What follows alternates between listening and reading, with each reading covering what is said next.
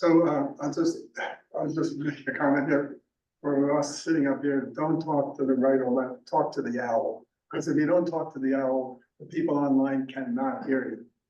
So just. Right, I'm sorry about that. Oh, it's talk to the owl. We need a sign, talk to the owl. So Mickey, I'd like to make a comment, because on our board, I think I have a unique position in that I represent residents that in Cameron Park CSD on the fire side.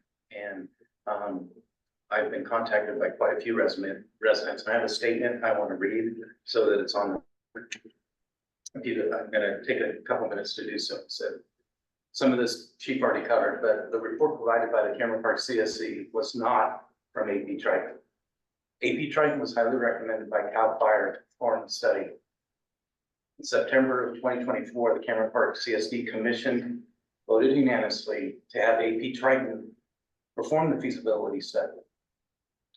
Also, it's important to note that this report was released to the public.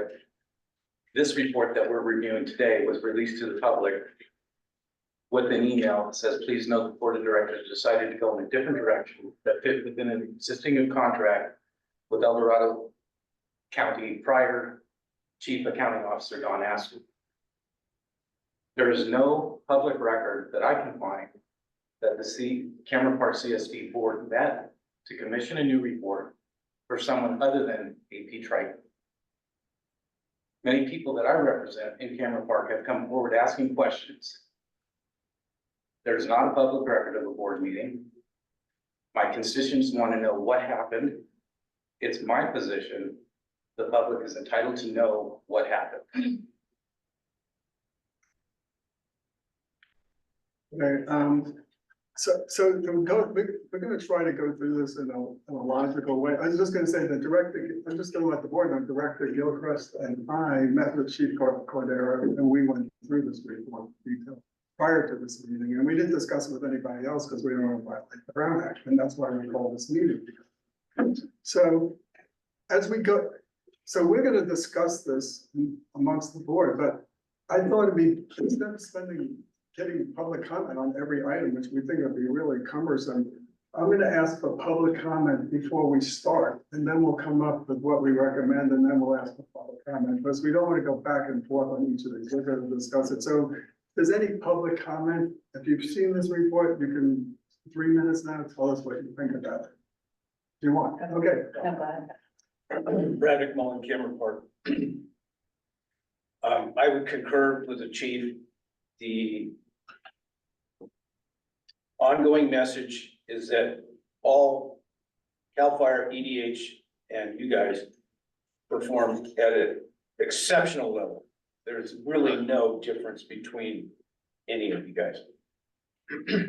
So with that said, I find it disheartening in this report that they compare your hourly rate, which is irrelevant if you're already performing at a high degree of level of service.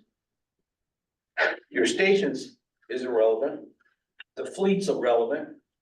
And I think, me personally, it's Don Ashton trying to influence the fact that he's trying to steer this to EDH. I'm disheartened as a citizen of Cameron Park, and I never ever thought I'd be involved in something like this, but I would encourage you guys to write a position statement. I know you gotta be political, but a grassroots fireman, just get down to the nitty gritty of it and say it honestly as it needs to be said. Thank you. Anybody else? So my name is Colette Teal. I'm the president of Shingle Springs Cameron Park Chamber and also a resident of Cameron Park. And I was involved, I was one of the people they interviewed with AP Triton. And my biggest concern is that they're using tax dollars to pay for this report and now are refusing to release it. So my opinion as a resident, say that on the record, not as the chamber president, but as a resident, is that what are they trying to hide? I was shocked when the report came out on a Sunday of a holiday weekend. First of all, their timing was kind of interesting to do that. And when it wasn't the AP Triton report, there had never been any communication that it was going to be anything other than the AP Triton report. And I was at another meeting maybe 10 days prior to that, when they said in the meeting on the record, the AP Trident report would be released Memorial Day weekend. And then we get another report written by former CAO Don Ashton. So I really think that Brad has said and Chief Cordero said, I think all three departments are very great departments. And it has nothing to do with who he's recommending to that. It's more about the process. And I think that honestly, why didn't they just ask for an RFP from all agencies instead of spending $70,000 on an AP Trident report that they're not even gonna look at? They do an RFP, every department can put in what their costs would be, plain and simple business, and they didn't do that. So I think, I would appreciate you guys taking a position on this as well with the CSD. And we'll see where it goes. Thank you. Anybody else? I'm Gina Posey. I have a Firewise community in Shingle Springs, so we would be affected if they do close a fire station.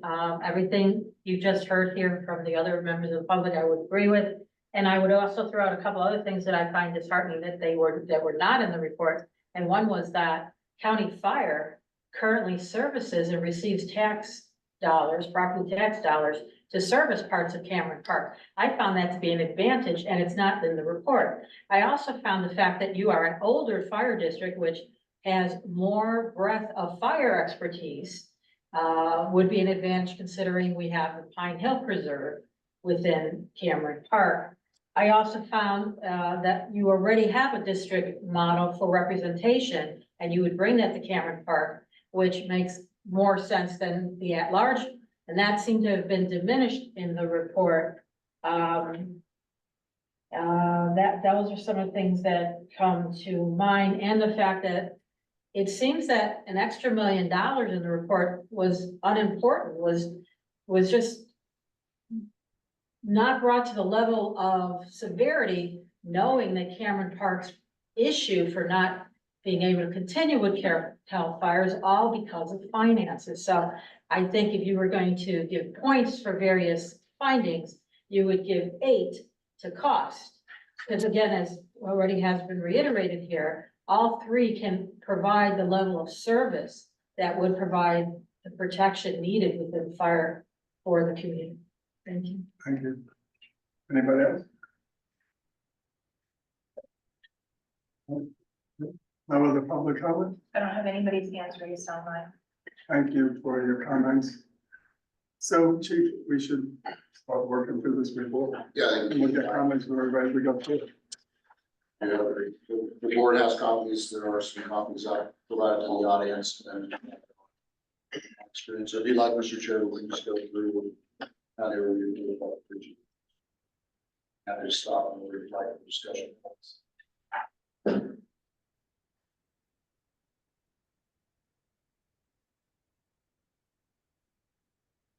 Can y'all see that? Okay. Yeah. Can enlarge it.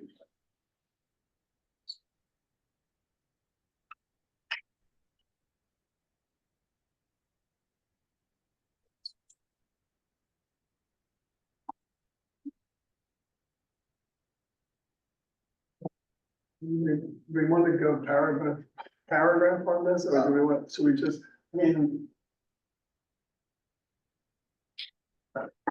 Real quick, she's Sure, gonna email this to me so I can share my screen with it. oh, okay, that's great. Share that. as well.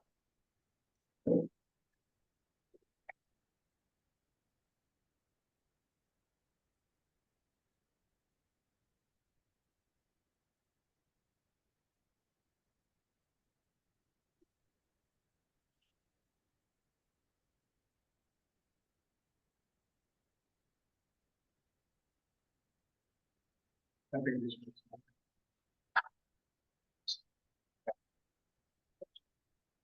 Well, I don't think we should.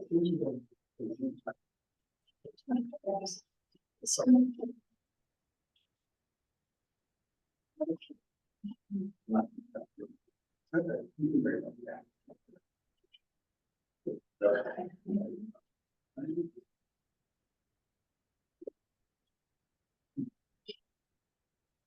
You can download it right from CSD's website, Okay, Cameron Park CSD, okay. and they have like a fire report on it.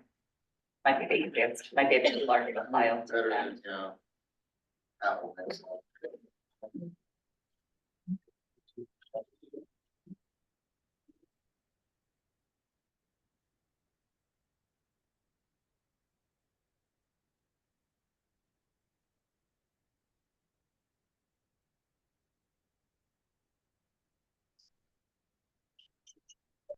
We're good.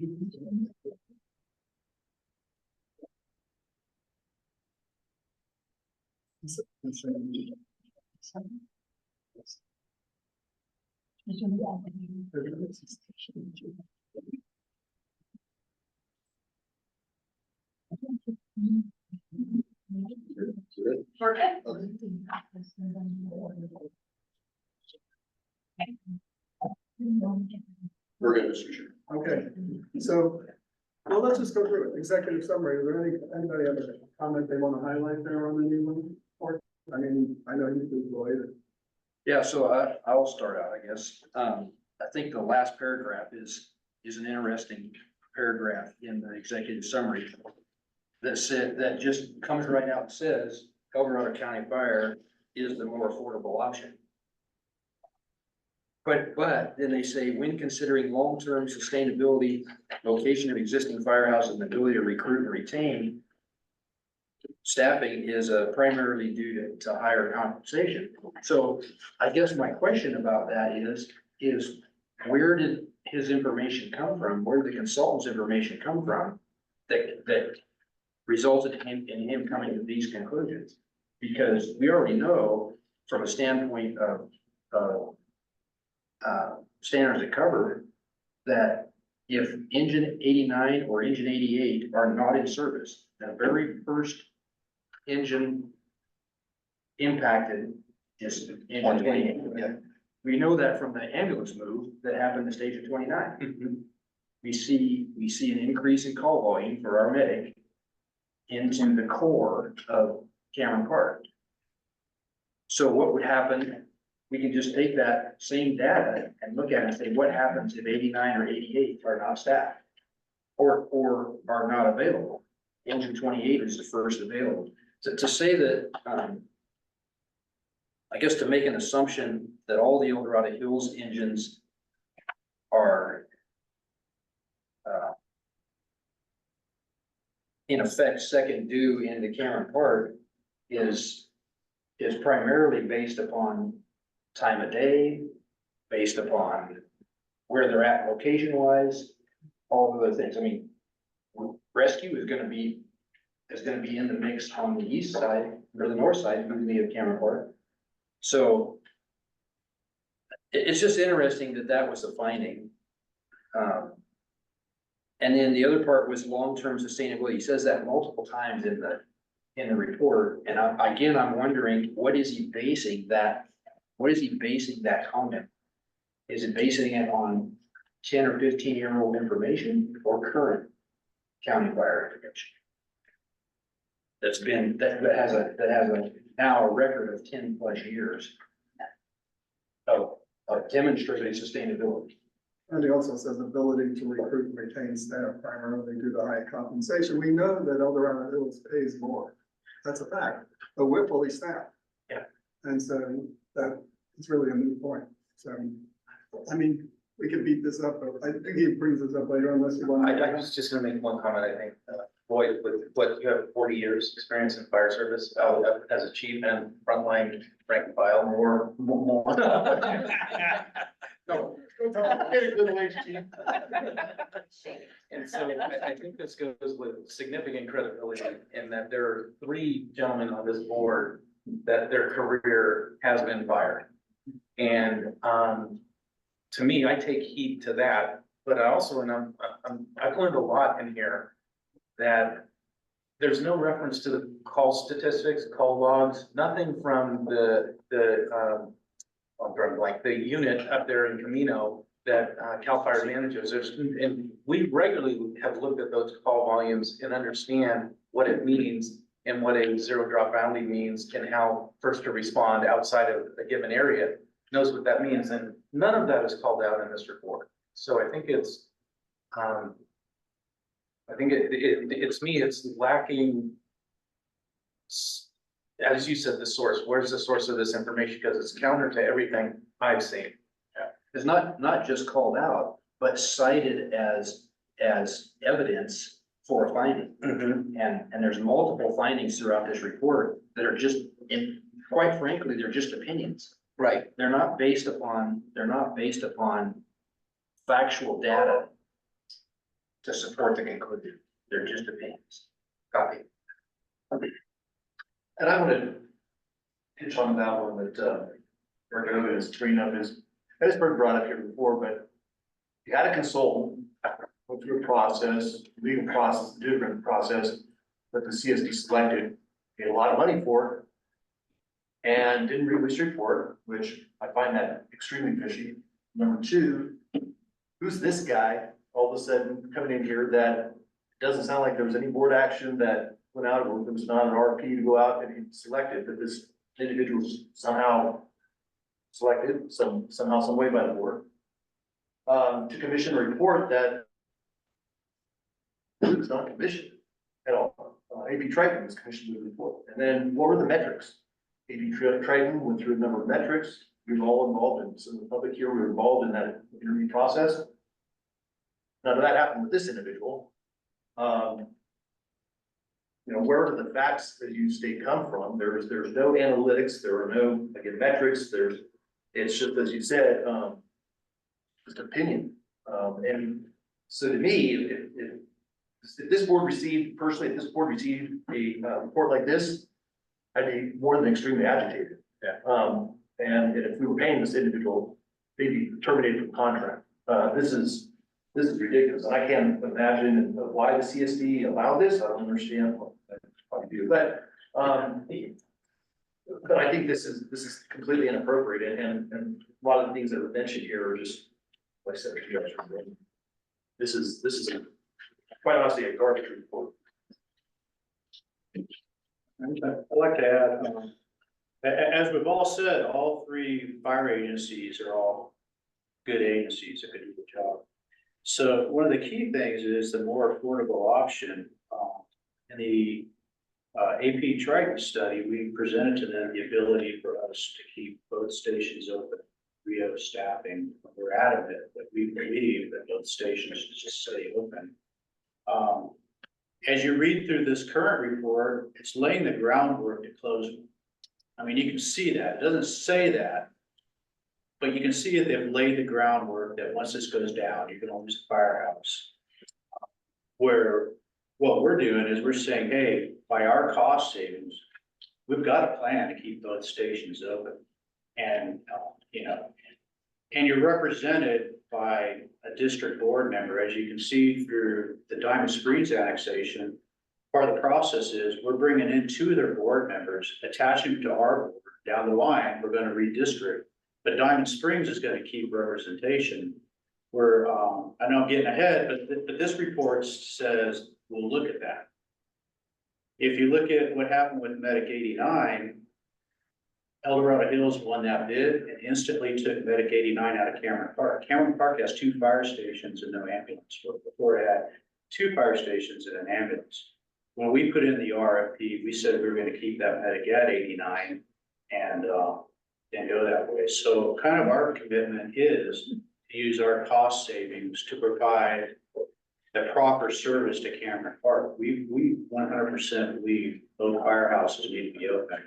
You know, coverage county, and not just El Dorado County, but county-wide, including El Dorado Hills, is pretty thin. It's pretty maxed out. For all the budget cuts, we've cut back to bare bones. Anytime you close a firehouse, it impacts the entire county system. So, I think point number 1 should be cost savings and how you can use that cost savings.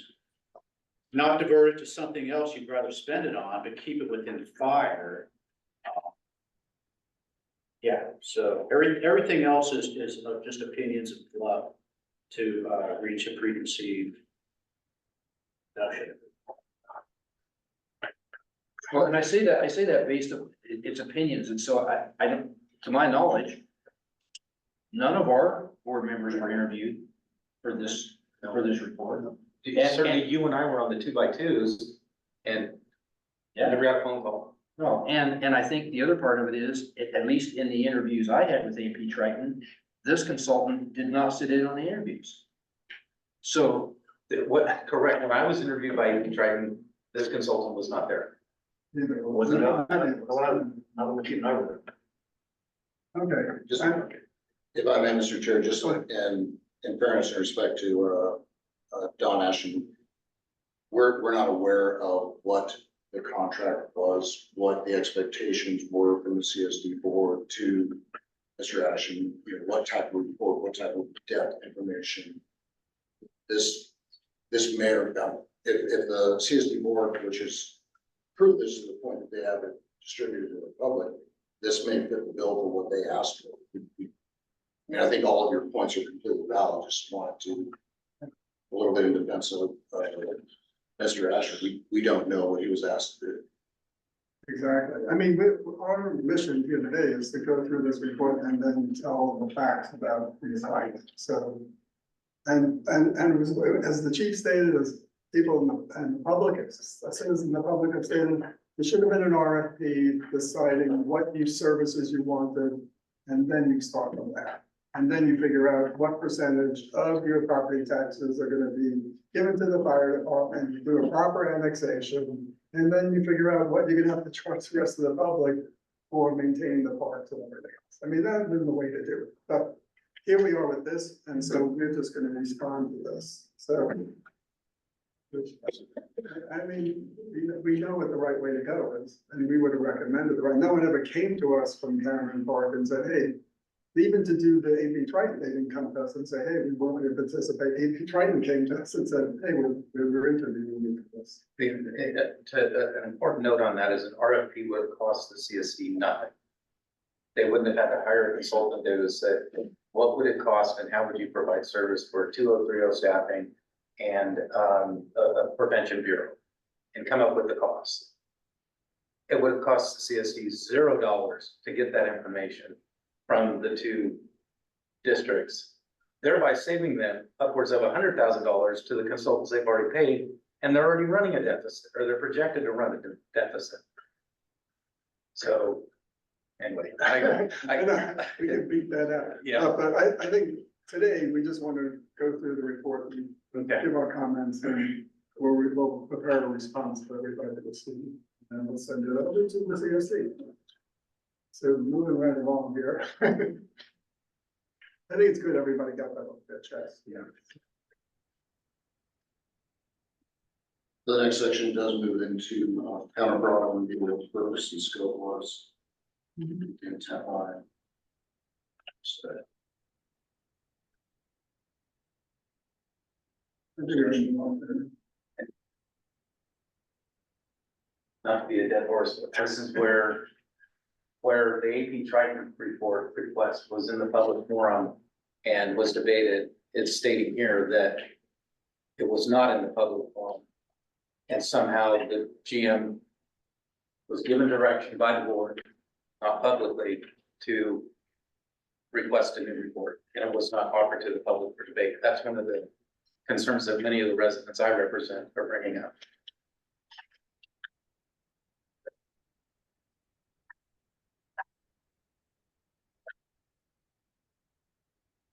the next section is the overview of agencies. I would anticipate that for county fire, I believe a lot of this information probably came straight out of our Fitch report, which we just, with our annexation process, we're going through with Diamond Springs, both boards from county and Diamond Springs approved feasibility study 2 months ago. So that data was fresh and all. I would anticipate that's probably the status.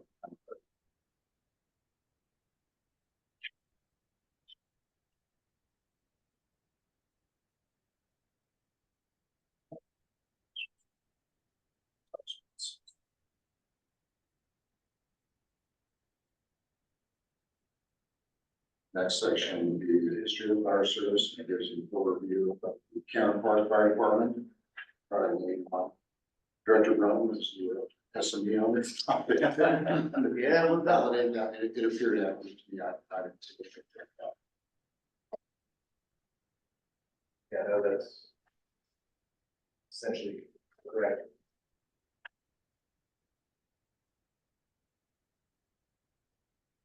Just one comment, Mr. Chair, is that, you know, it is noted that Cameron Park through CAL FIRE is the ISO rating of 3, which in the report is the same as county fire.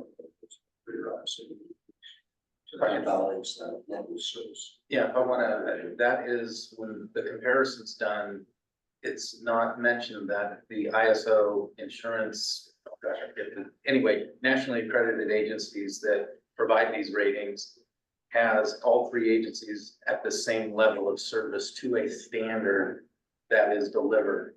And somehow in the report, it doesn't identify that they all operate at the same level for the national standard. I believe, and I could be mistaken, but I believe the report does indicate that El Dorado Hills, Cal Fire, Cameron Park, and County Fire all have an ISO rating. I may have missed it then. I may have I missed believe it. that's fine.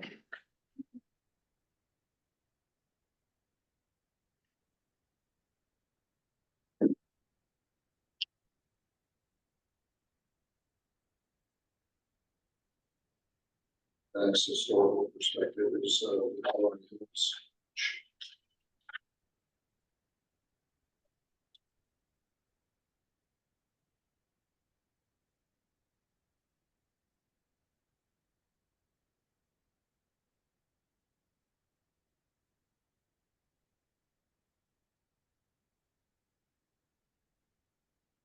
And it is noted in the description of our hills, they are also class three actually. Again, I think in the historical overviews, the last paragraph, just before governance, is another one that's just a demonstration of opinion. They're using Fitch and Associates language, maybe taken out of context a little bit. Yeah, that may need additional revenue. Well, every fire department, Go to county section. yeah, over a county section.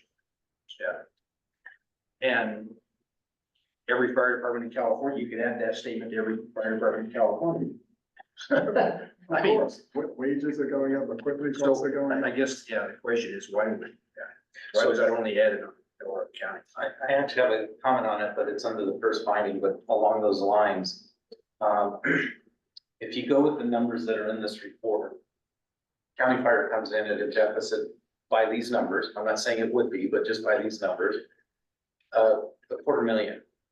And when I total it up, it's about 1.5 million because they're not gonna be able to take advantage of ERAP. LAFCO's already ruled on that. We have the documentation. I suspect it'll be presented later in this meeting. In fact, I know though. Yeah, because I'm bringing it, is they're gonna run a deficit of 1.4 million. Almost 1.5 million by my calculations. Just for clarification, not to interject, but the report notes a $1.1 million deficit. If the ERAP were to come in, that would yield, I believe it's 340,000, which would reduce that deficit to, I believe the number is 860. The 1.1 in the report does not include an assumption. If the ERAP were successful, it would reduce all of that. Okay. I'll still maintain that for the calculations and numbers, I came up with 1.4 based on what's in this report. So I was looking at it several times, but there's a significant difference that it states county fire will run a deficit or may need funds, but they're not even recognizing that the others are gonna be asking the same thing for even more.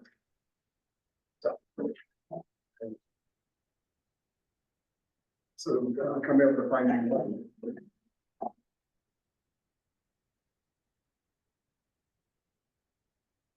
That's the first one, yes, I think we just talked about.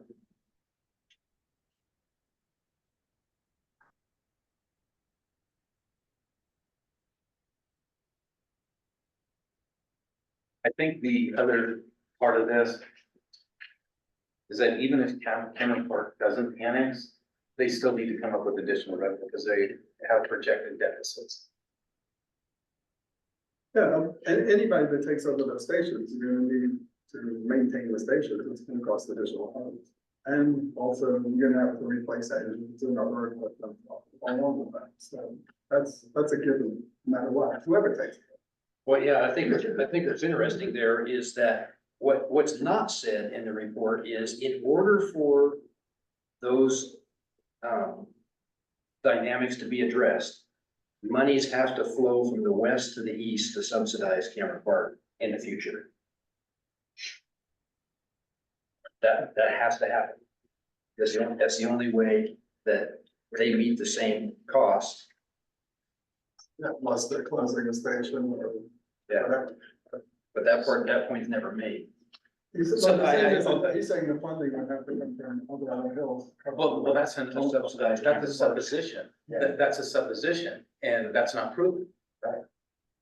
And it's, where's the data to support that? Well, if you use the same matrix, so Director Brunt talked about a matrix, which appears to be lacking, right? So if you use the same matrix that additional funds would need to be developed if County Fire takes over or CSD stays on their own. Right. Correct? Those same costs within CSD, within Cameron Park, are still gonna rise. Yes, Right, so where's the additional funding gonna come from in the Eldorado Hills scenario? It's gonna come from Eldorado Hills, right, so they'll be sending Eldorado Hills tax dollars to Cameron Park. but that's never said in the report. Right, and then that might, with the tax revenue leaving Hills, that would be more pressure, I would think, from Eldorado Hills residents to say, why are you spending money outside Hills? And go to closing a station to the point that Director Edmondson said a few moments ago. I think if I could, Mr. Chair, probably the statement on finding one, regardless of who's operating, and providing fire service in Cameron Park, additional revenue is needed.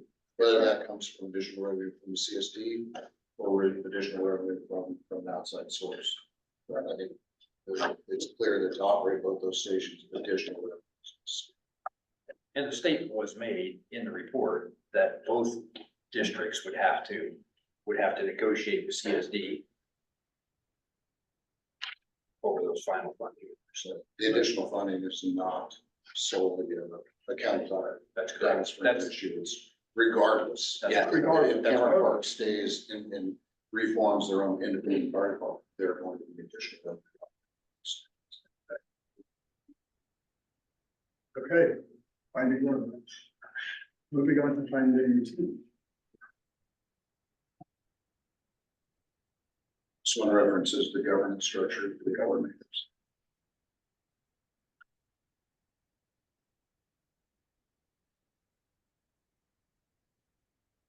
I think, we would continue on with ours, district specific. Division, And we would, as somebody stated earlier, like we're, with the annexation going on with Diamond Springs, we're gonna bring two of their board members on, we'll go to a 7-man board, and then at the next election, we'll redistrict out, back down to 5. So we allocated by population, and if the same thing happened in the CSD, we would do the same thing, bring them to them, bring it back there. which means that whatever area it is in Aurora County Fire is going to have a specific representation for that area. So.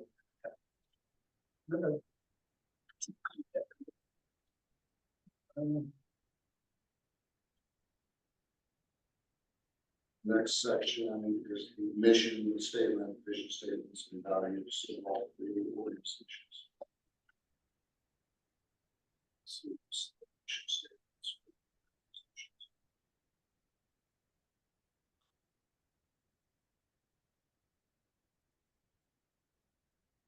Such vision statements of the organizations. As the board's aware, for County Fire, we do not have a vision statement. We do have a mission statement, but really, I think where our agency focuses on the next one, which is the value statement, which for us, the values are core values are really, that's who we are as an agency. The mission statement's nice, the core values is who.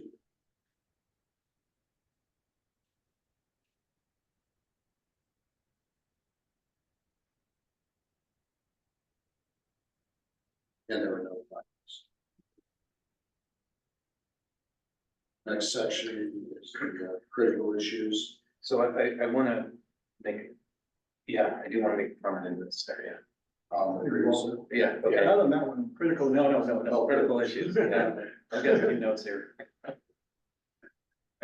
So, and I can only speak to, I'll scroll down real quick to the critical issues that were listed for Ottawa County Fire. This question was posed, to me from representatives from AP Trident. And, what issues, do you see facing Ottawa County Fire? These are the bullet points that were provided to AP Trident.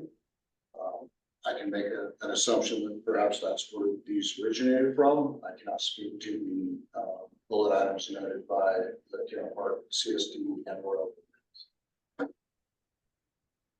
Yeah, I mean, the PERS unfunded liability, I'll speak about that because, You and I voted from the finance. so, I mean, it affects every fire district, it affects every city, it affects every special district out there. And so, just because the chief highlighted it, because it is an issue, it's an issue even for El Dorado Hills, it's an issue everywhere. So, I mean, these are just, from what you said, these are even, they probably asked you in an interview, those kind of things, and you said those are some of the issues. That was actually the email from one of the many documents to fill out, the primary issues facing County Fire. I think, our agency is very in tune with CalPERS and CalPERS cost. We're all aware that that's an issue. Funding costs for our apparatus and facilities and engines are now close to $1 million. So that is a definite concern. Recruitment and retention, we are close proximity to the Bay Area. And with the schedule, we've lost many employees to those Bay Area departments and other departments that pay more money than we do. And we're well aware of that. Through partnerships with our local board, we've pivoted and done some staffing things to mitigate those issues and maintain that high level of service that we have. And, the supply chain, that's kind of a new one that's come online, post-COVID, where, engines that sit out of service for months waiting for, a sensor that we can't fit. That's kind of a real issue that hopefully is mitigated here in the future. That was kind of thought process behind the goal. But Chief, you supplied these bullet points, not to Ashton, but to AP Trident, right?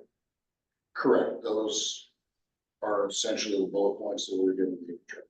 At no time did this consulting company ask you those same questions or request that same information? I feel like I got a jury. I just want to clarify. We did not So receive it. what we suppose happens here is obviously you acknowledge that this was information you gave to AP Trident based on what they have regarding their challenge for County Fire. Yet it ends up in this other individual's report that is not the AP Trident report. My question would be, how the hell did it get in this report if you never supplied this to it? And then I would say, I would see that extremely unhappy, especially if he's not citing the AP Trident report that was paid for by the community. And it ends up in this report, this information you gave only to AP Trident and not to this individual. I did have a conversation with Don Ashton when he was starting on this, and he referenced that he was going to use a lot of material pitch report, which I actually have, if you want a copy, I'll give it to you, already have a copy. Because at that point, both boards from this board and Diamond Springs had approved that feasibility study, so it was a public document. So, But these weren't the same bullet points in that document. that's Dump and bitch, we've seen that document. Yeah, and so, go ahead. Hans. I was gonna say that, to your point, it begs a question. That report has been released outside of that board. That's, It begs a question, that people have Where been did this asking come me, from? where did this come from? It's out there. And people are saying, why can't the public see it? They're coming to me and asking, so I think we need an answer to that. The public is entitled to an answer to that. to say what you both have said is, if you put the piece of information in from another report, you should reference where it came from. Because this is coming out of context. Who knows how they wove it into that other report? They could have said, there could have been other things to describe why this is. It's just saying, it's only the heading critical issues and they just list it. So, okay. And I'm gonna add on the unfunded liabilities, and I'm just gonna, just as for the public record, for 2+ years now, Mickey and I have been working with state senators and assemblymen on addressing this, on the unfunded pension liability from a state level on how districts are charged. And it is a problem that is significant for every agency in the state that is part of PERS. And it's not lost on us. And as far as county fire making its payments, they're always on time, and several times we paid them early. And so there's no issue in taking care of the pension liabilities that this district has. Is that okay? I think it's- yeah. We're just saying, hey, it's an issue, it's always been an issue. Well, but I mean, Chief, I see where you come from when you say funding for long-term, rising employee costs, apparatus, so yeah, we get that. However, how I read this, if I was outside person looking at this, I'd say, oh, these guys don't have their crap together and aren't paying for their apparatus and they're not facilities. And we clearly have done an excellent job as a department, no matter if you're management board, labor, whatever, into taking care of this cost so that we pay for our apparatus in whole. We're not under a lease program because we put away money to do that. We have a fund for that. We've deferred and taken care of facility costs and improved our facilities as we could. We try to, do the best we can for the employee rising costs, but we are, as we just saw last report, being fiscally solvent. We put money away in our reserves and we budget for all these things. So, yeah, it's always a challenge, but any, Florida Hills, yeah, they're probably in their position because they have a lot more money to do this, but everybody has that as an issue. However, I think that if somebody's reading this, they may think, well, maybe county hires a liability there. No, it acknowledges it's there, it exists for everybody, but I think we do an excellent job of providing for those in this city and having a plan, unlike some other agencies that don't, for those very expensive items and infrastructure. Well, we authorized cash payment for a ladder truck, 2 Type 3s, I'm missing something else in there. You type one, Three Type 1s, and cash payment that fund that. And this implies that we can't, and we just recently have. I think that, I can see the perspective, but, I think I would, I agree with Director Brennan 100%. I think, there are challenges. I mean, the board and the district have been very diligent with, we allocate $350,000 a year to our apparatus replacement costs. Well, we are realizing that amount, which has been sustainable, it was 250,000 6-7 years ago, and we recognized with the increased cost, increasing that number is gonna have to go up again. So those are challenges that we're going to have to navigate with, making sure we have the revenue to boost those line items within the budget to ensure that we can maintain that. I think that is a challenge based on our growth. The intent and the direction of the board has always been cash prices, paying cash for our apparatus, which is a tremendous savings for taxpayers. That's gonna be a challenge in the future. Because the apparatus, engine costs have gone from 400,000 for 2 to $1 million for 1. So, I mean, we're fortunate that we got our ladder truck for 1.3 million because it'd be 1.6 now. So, those are, I can see and appreciate that perspective, and that's where unfortunately it's words in a document, not conversation. Right, and these are issues we're dealing with and have dealt with. Yeah, sure. Especially recruitment and retention, we're the ones that put in the PAO model for the ambulance, and we took over the development for executive. Because we were able to be really successful in running that model. So, and I think Eldorado Hills also incorporated that model that we started into their records.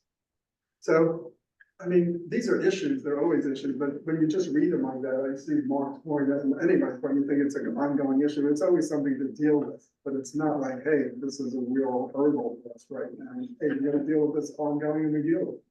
but I think that's the problematic part of the material finding that leans one way without stating all the facts. Right. Right. Well, again, it goes back to no metrics, there's no question, it's just a bunch of stuff right on here. And my point earlier is to, where did this individual get this information? I think we've sussed out where this stuff regarding us, but you look at Eldorado Hills, where did that come from? Either came from one of 2 ways, either the same way they got the information about us, or they directly spoke with Eldorado Hills. Because some of this stuff is so specific. This person would have to be darn good to be able to come up with some of this, especially that last bullet point. That has to have corporate law that talk to that agency. And then the other thing, some of this, again, it's apples and oranges, or it should be comparable, aging communication system. Well, I know why that's on there. Because of why El Dorado Hills has always been going after the 800 megahertz system. So they're gonna throw that out there as a system. Now, if that's the case, then wouldn't that be the same for county fire? So again, the methodology that's used in this report is not consistent as far as issues that are raised. Neighboring fire district stability issues. We could claim the same thing with some more, maybe even more. No, nothing against those neighboring districts. I mean, they're trying the best they can, but they have significant fiscal situations and doing the best they can, but it does impact us tremendously, especially out of the 19 areas, you know, and 72s and 25 going all the way out to Mosquito and so forth. So again, the inconsistency of this report is what really bothers me, especially when you're looking at critical issues. And if you remember the public looking at these critical issues, you're going to form your opinion. You do not have the corporate in-depth knowledge about these agencies. If you can paint a very different picture than what really exists. Oh, so there on finding 3, it comes up and it says, Cameron Park has significant funding challenge, which jeopardize existing service levels, while county fire primary concerns relate to pension liabilities, including pension staff.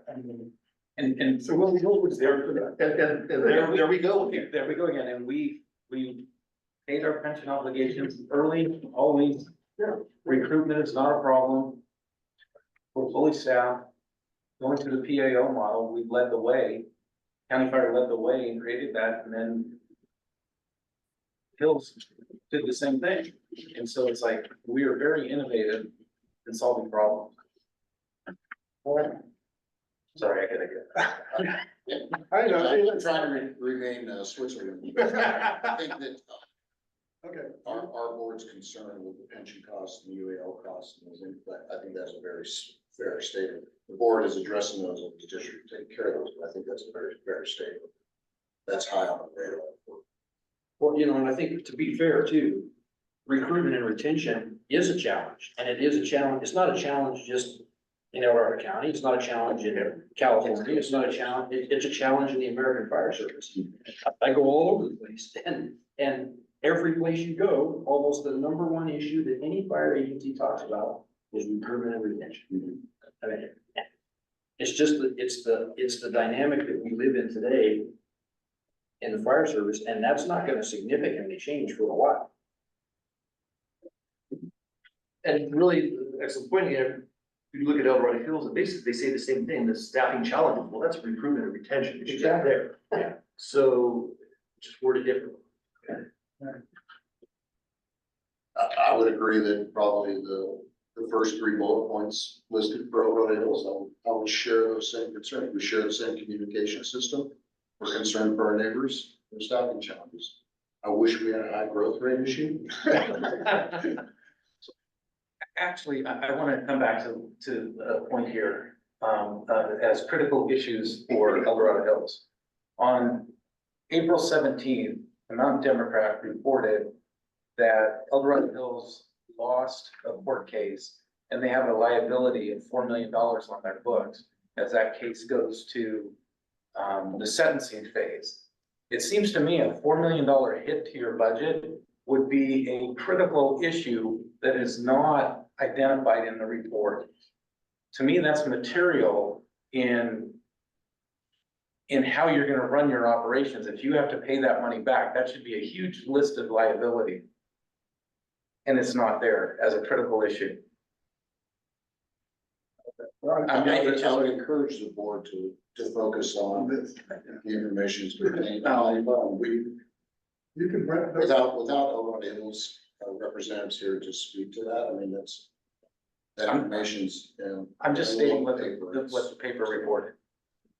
Oh, that's a little paper.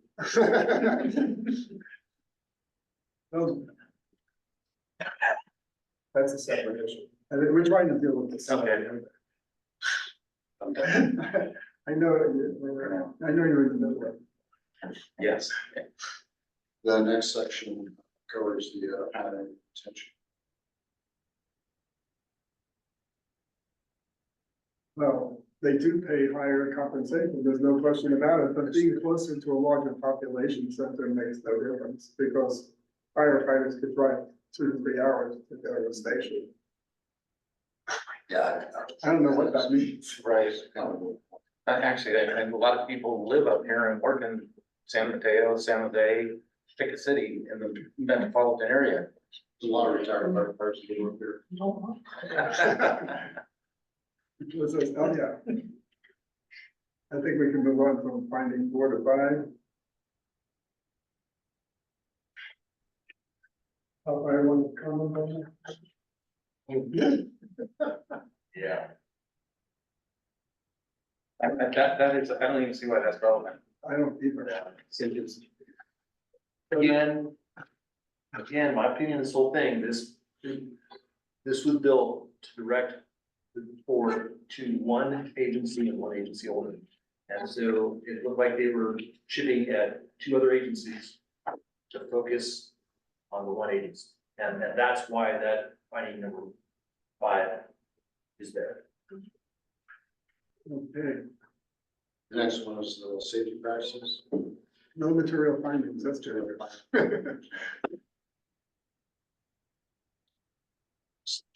Staff. Looks like they took all those pictures of the ring.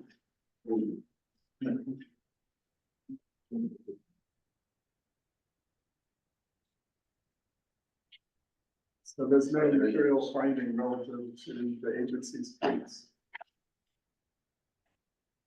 You guys want to see this? Kind of. We've already looked at it. Okay. Sorry.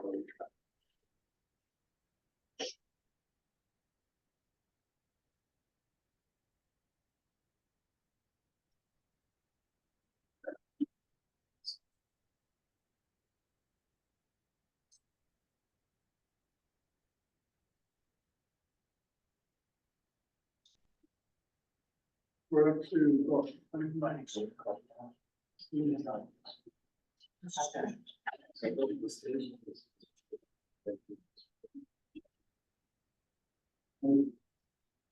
okay, finding 6, Eldorado Hills is a better position in county fire to respond more quickly within the proximity of the fire station in County Park. I'm gonna let you guys, that's gonna drop out. So I'll be interested in direct input on this too, but to me, that was one of the findings that it just left out so much stuff because first of all, we have a drop boundary dispatch system in this county. So your agencies on an incident are gonna be completely driven by their proximity to the incident and their availability. The thing it doesn't say was, it doesn't address who is the primary second due in Cameron Park, in most of Cameron Park, in the core at least, of Cameron Park. Doesn't even address that. That potentially, so you got 88, you got 83, you got 83 and 28. Fill in 83's area. So I think 88's area. for the public to understand, reference the streets. So Or- that 28 is on Ponderosa. Right. 88 is just off Cameron Park Drive, 89 is on Country Club. Rescue is down off of Green Valley, or Deer Valley. And then, what's the fifth one? At 86. 86, That's Bass Lake. right. And Bass Lake takes longer to get into the core of Cameron Park than 28 from Ponderosa. But none of that is mentioned at all, like Greg well said, it's just steering the finding toward one solution. I mean, 28 is the closest. It's never mentioned where the report is. 28, and the crow flies and my street mile is difficult. Absolutely. That's where I drove when I. Depends on where the call is.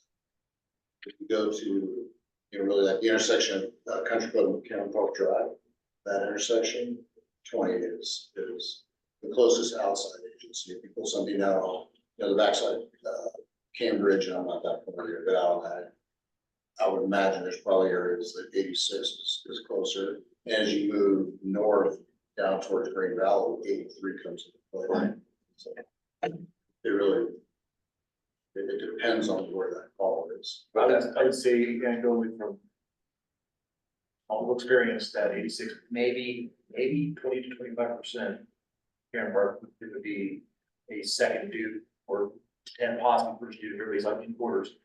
I'd say in general, a majority of the calls that beyond 89 response, everybody get again is in quarters, would be in 28. But I think, and I think we could say that, as a board, we could say that based upon actual data that we saw that's not referenced. Yes. No data is referenced, but we saw data of the top pin drops, right? Yes. For all the areas of Karen Park, 88 and 89's area, and when you look at those, if you look at the actual location, the hotspot for those two stations, who's primary, second due in those hotspots? 28. If you go back to kind of my original thing I said, the first thing you do is you keep both 88 and 89 in service, and you're not reaching out so far. So Central Cameron Park, if you need two engines, 88 and 89, but if you need two engines and you dropped one of them, now you're reaching further out, and that's where you impact the system. And the whole point's mute anyways, because there's a boundary drop. It doesn't matter who is staffing Cameron Park. It's by closest engine no matter what. So whoever's running Cameron Park, you're still getting the closest engine. So it's not like if you need 5 engines to Central Cameron Park, they all come from Eldorado Hills. It's a mix. It's the 5 closest. So this whole point is mute, doesn't matter.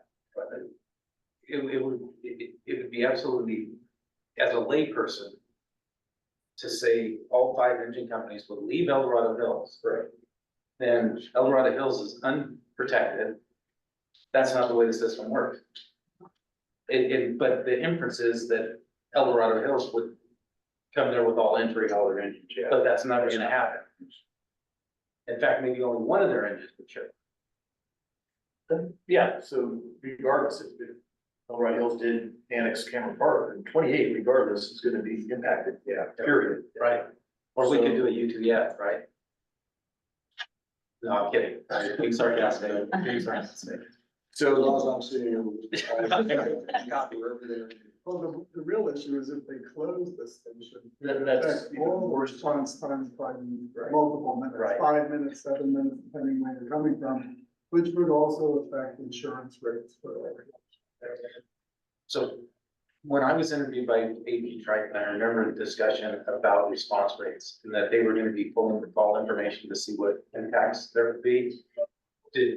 When you talked with Don Ashton, did he ask for any of that type of data or information? Clearly, if you're using this kind of analytic here, this is, come on.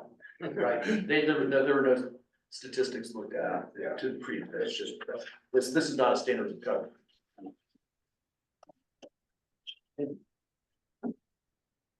Okay, finding 7 now, it says Eldorado Hills Fire Station is on newer.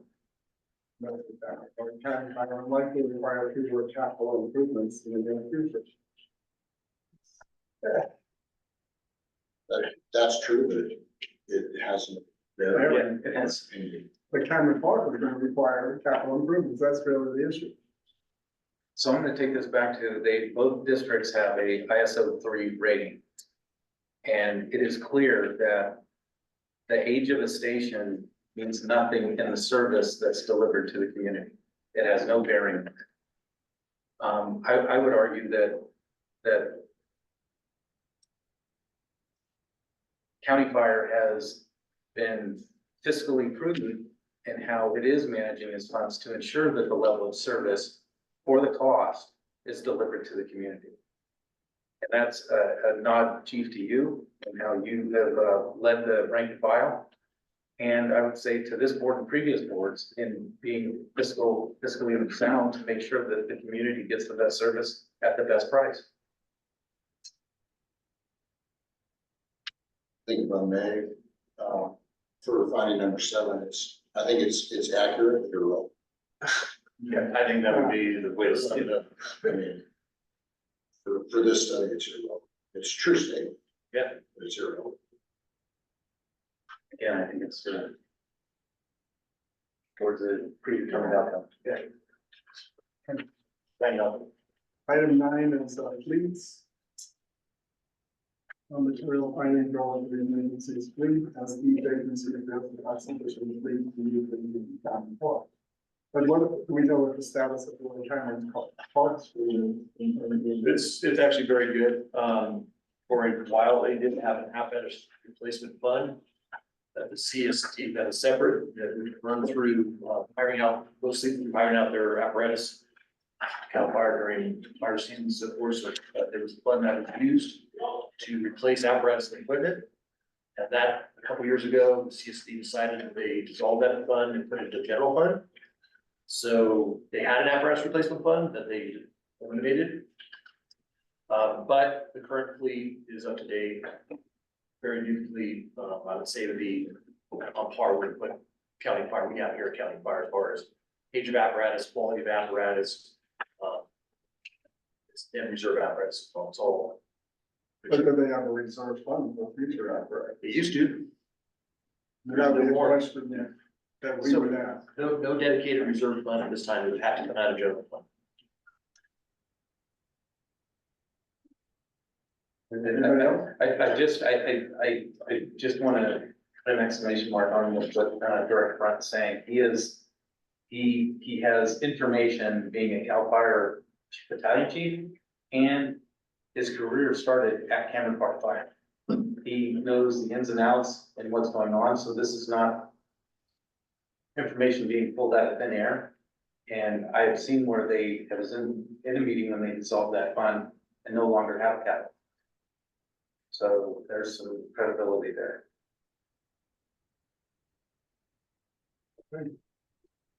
Finding eight. That's kind of interesting. Engine staffing, financial limitations facing county public and Cal Fire from staffing can change in accordance with NFPA recommendations here, without reducing services in other areas. So right now, Cal Fire is a 2-0, right? And we have prided ourselves on going to 3-0 on every station, and we think something cool that we're working with, hopefully getting that for 3-0 station. And personally, I wouldn't take over those stations unless they were 3-0 at a minimum.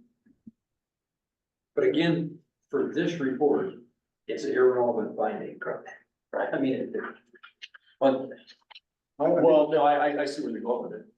yeah, Well, I was given some information about NFPA 1710.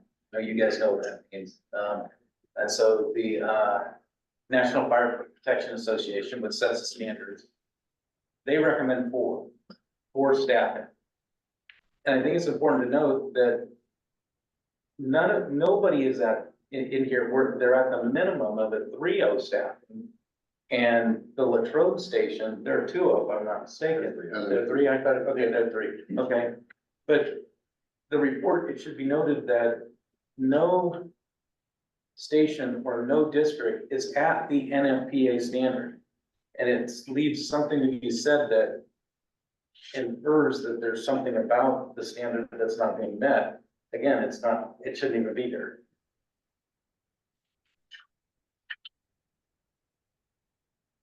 Well, you look at that line, it's without reducing services in other areas. That's other areas of CSD. Yeah.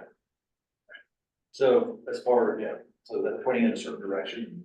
Yeah. I mean, we've strived to go to 3-0. That's been a mission of ours for a while. Actually, and CAL FIRE's been a partner in that, our ability to do it. And that was And during the station, it was significant. So. I'll just leave it at that. Anybody else on that one? Moving on to the financial overview.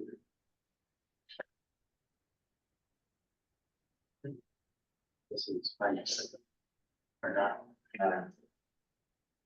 Right. So I've got a comment in here. In business, I've always looked to under promise and over deliver. And I found it very strange to say that they're gonna forecast based on 5% increase in property tax revenue. When we know that Prop 13 only allows a 2% at most increase. And yet somehow we're at 5%. And then according to the US Census Bureau, Cameron Park has 7,464 homes. In 2001, 348 properties sold. In 2002, it was 282, and in 2003, it was 190. So if you do the percentage of 384 divided by 7,000, you're saying that those homes, and that's the highest number of sales, is gonna make up a normal 2% growth to go to a 5%. I think that going with 5% is overly optimistic and saying that you're expecting revenues to be significantly higher when you should be shooting at what the minimum is. And based on the home sales and the inventory and the turnover within there, I think it's extremely reckless to use 5% as a higher number to generate revenue. I just think it's very reckless. That's not conservative. It's not conservative by any means. Well, the other interesting part is the chart on page 17 that shows the percentage allocated to fire. It goes from 72% down to 62.4. That last one. At the bottom page, yeah. And just having the history well over 30 years associated one way or the other with Cameron Park and being part of the Cameron Park Fire Department and its own agency. That split has always been contentious and has been a moving target. At one time when it was the first established, it was 80-20, but the records of that have never been found. For a long time, consistently, it was 70-30 split of finance between fire and parks, the other entities within CSD. And it has steadily over the years degraded. And as you can see here, from 70 to 62%. I guess it goes to show where the priorities are for that district. And that would be concerning to you, because here's the thing is, no matter who this actual suitor is that goes in there, eventually that is gonna have to get nailed down. And I don't know if this CSD is prepared to nail it down to what it would need to be regardless of which entity, any of the three entities, what that number is gonna be and what they're comfortable with. So. Well, and what the total number is. So Yes. what is actually being expended on capital improvements each year that's not broken out in the budget? Those kind of issues, right? So, Take that into account. correct? yeah, and we raised that with the AP Triton interviews. You know, but that's a fair point, Mark. I mean, I don't know if they understand in Cameron Park what an annexation means, is once you annex, that's it. That revenue's gone, it's not a renegotiation every year, it's not a contract, you carve that out, that percentage is gone forever. And so that's an important thing to know. And I think, I don't think anybody would want to take it on where it's a negotiated contract every year, that would be a nightmare. I think it's just telling, if you look at 2018, 2019, 72% went to fire. And then you come to now, and it's only 62%. So they have put a priority on Parks and Rec and are not, then taking it away from fire and emergency services. So it looks like fire and emergency services is less and less of a priority. And that's on the report that's here, one would assume based on the spending, it's less of a priority. And that would be a concern if we were going down this road of an annexation is, I mean, how far down the road do you go before you have that honest communication that says, if this is what it's gotta be? Because we cannot, nor will, I'll speak for myself, I won't subsidize. It's gotta come with the full load of money, right? And I don't know what, looking at this report, and I'm not getting ahead of it, what Elroy Hills, I don't know if they're willing to throw that kind of money at it and subsidize, but I know for our agency, that's the reason why we are today is because we're financially responsible. How we were in trouble when I first got on this board a number of years ago was, again, and Chief Guerrero being the last man standing in the original consolidation of all those agencies. No, I said, you're wise, you're wise. But, he saw the fact, and from us, been around for a while, Director was saying, is that the district was in pretty good shape until they took on, or I represent now North Side and Florida Lotus. They subsidized. Personally, I think Chief Time got a little kind of greedy about it, build the empire. And the ripple effect that it took many, many years before it hit us hard, and we were this close to bankruptcy, was because of that subsidy. So that's why I know I'd be extremely aware of any sort of subsidy going into any sort of annexation, consolidation, whatever that may be. Because it will have a ripple effect way down the road. You'd be fine today, but down the road, it came to bid us, county fire. So. And I think that's a great point, Mark, because I think that's why we chose not to engage even in a conversation about contract. Yes. Right, because the target's moving around too much. I think what's amusing about this statement on page 17 in bold is that while annexing with CAL FIRE is not an option, from a long-term perspective, CAL FIRE will be more expensive if and when they're required to staff in accordance with NFPA guidelines. And then, okay, well, the recommendation you're making isn't? Right.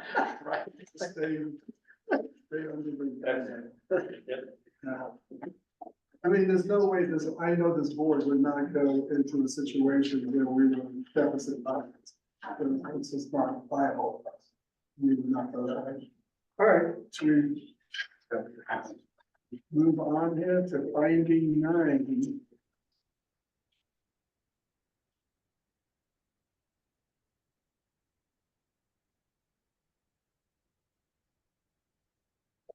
That's one. Yeah, we basically talked about that in 9 too. I just talked about that here. I guess the other thing that didn't put my mind, that just again, I had our own backs, how we do our budgeting with our assumptions. When Chief Judge puts together our quarterly financials and we sit there and go through what might come. And that was a good for the that 5% assumption. We never use that 5% assumption. And we're very conservative when we look at that kind of funding source for our finances. So if we do have to have a response to this, I would say one of the parts of that is that that 5% is a very liberal assumption, and we would not be comfortable if we were looking at this as county fire, looking at this as an annexation, we would not be comfortable with that kind of number. I think that's overly optimistic. It's almost panacea. Yeah, but that's on the revenue side. We would base it on costs that we would have to get covered, and they would have to cover that. And it wouldn't be based on what the actual is. The actual cost. And what the actual revenue is, and then you factor in the 2%. Cover it. And then you adjust your percentage to cover that. That's how you do it. You don't go and say, taking 62% of a number and this is my shortfall. You say, these are my costs. And what do I need as a percentage to cover that? And then you have the 2% growth. The one thing that would be a little bit different is we would need to get into property tax and negotiation. If we were just, the negotiation would be like a percentage of that property tax. Right. So that 62%, it would be a much different number because it'd be a percentage of just the property. Right. And that'd be a fixed. No, it should be fixed So I revenue. think that's rooted in there, and I also think that based on the census data and the sales data, it's questionable how that type of revenue could even be generated based on home sales and so forth. It's sort of the revenue is almost insignificant because we would want our costs covered. They'd have to pay, the shortfall would go towards parks and they'd have to either charge people to use the parks or do something else. Right, I get Because fire is gonna have to be self-sufficient, so. the point here is that I think it's not, I think it's, the revenue is below, will drive this below 62% because they've overinflated it with 5% total side. And that's where it would affect your costs because all of a sudden, wait a minute, we don't have the revenue. We can pay for our costs. Here's the thing, we would look at what revenue they received that year, and then you work it that, and then you get 2% factor. You don't go and project out. But that's a moot point here. We don't have to do it. We're just answering this. So. Okay, any other comments on that? Finding nine? We know about the 62%. Okay, on to, should we go to finding 10? I just would say the same things I talked about in 9, but would have to be reiterated here.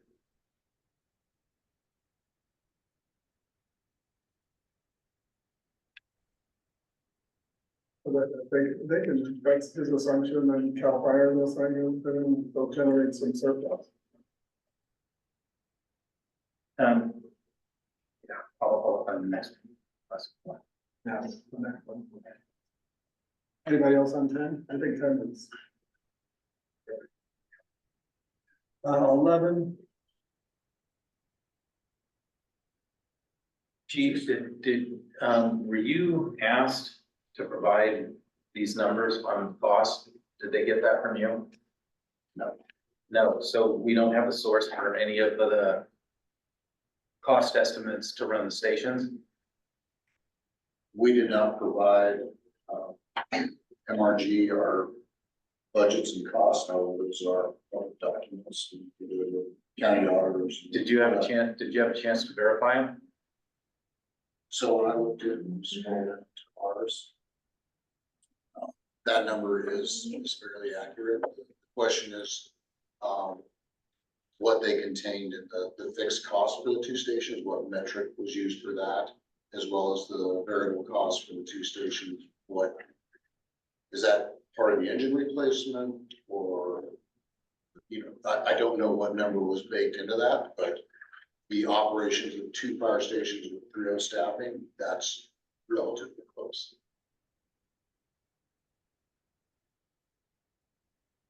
So when I look at that and say for the same service and costs, I'll just do quick math, subtracting the 3.9 from 4.8.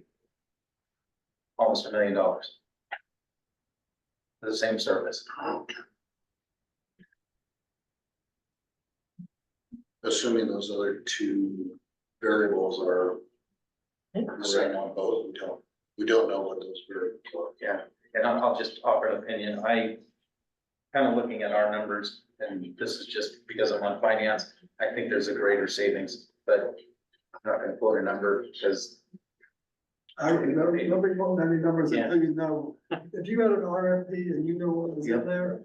Then you know. don't know, you don't know it. You can say on average is that, but until you get the specifications of what you're required to provide, It's all just make believe.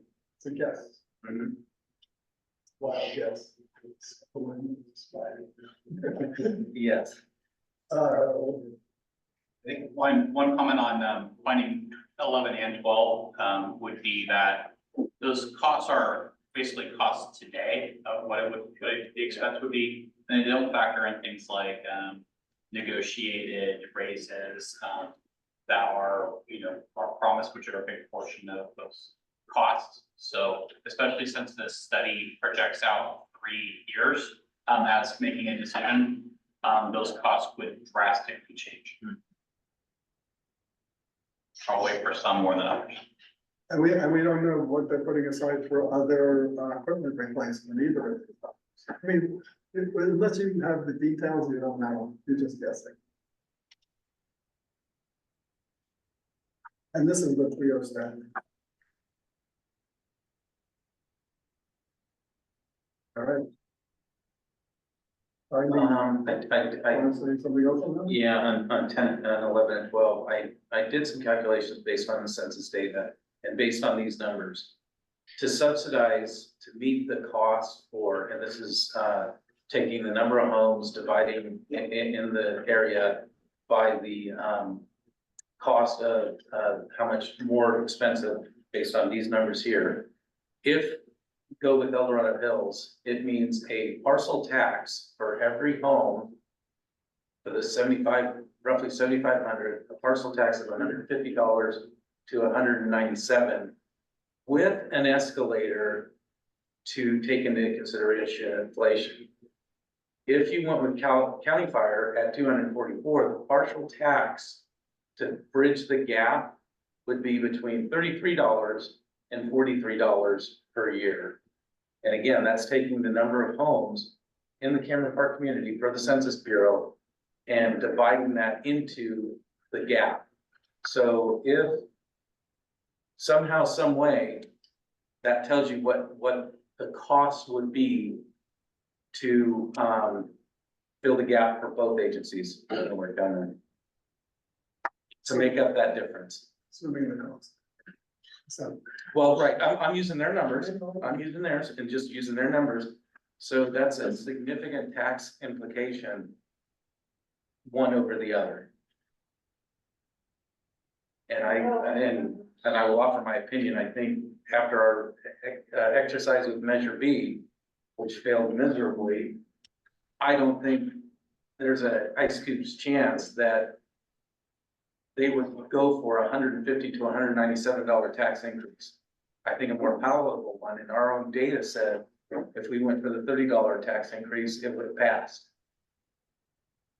So I think that's something the residents should be very much aware of. I think too, though, the other thing is just to be fair, in the report is they highlight, or he highlights multiple times that the actual funding available to transfer would be determined by board of directors and general manager negotiating on the process. And as we all know, with the Diamond Springs process, there's a whole LAFCO piece in negotiation that's associated with all that. So, I mean, this is just making assumptions based upon exactly how the money looks today, minus any of the LAFCO required negotiation process. So and you have to do another feasibility study for that. again, This is another feasibility study. I mean, again, it comes back to Because they, still opinions. yeah, they, LAFCO would want to see that no one was harmed in the process. Right. So. Okay, so we go on to, do we cover 12 then, Paul, or? Hold on. Yeah. Okay, 13.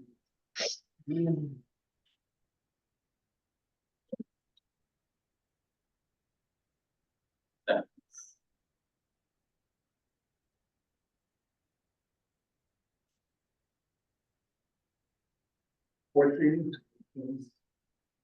That's staying in fire, what's the 207? Okay, how about 15? This is a good one.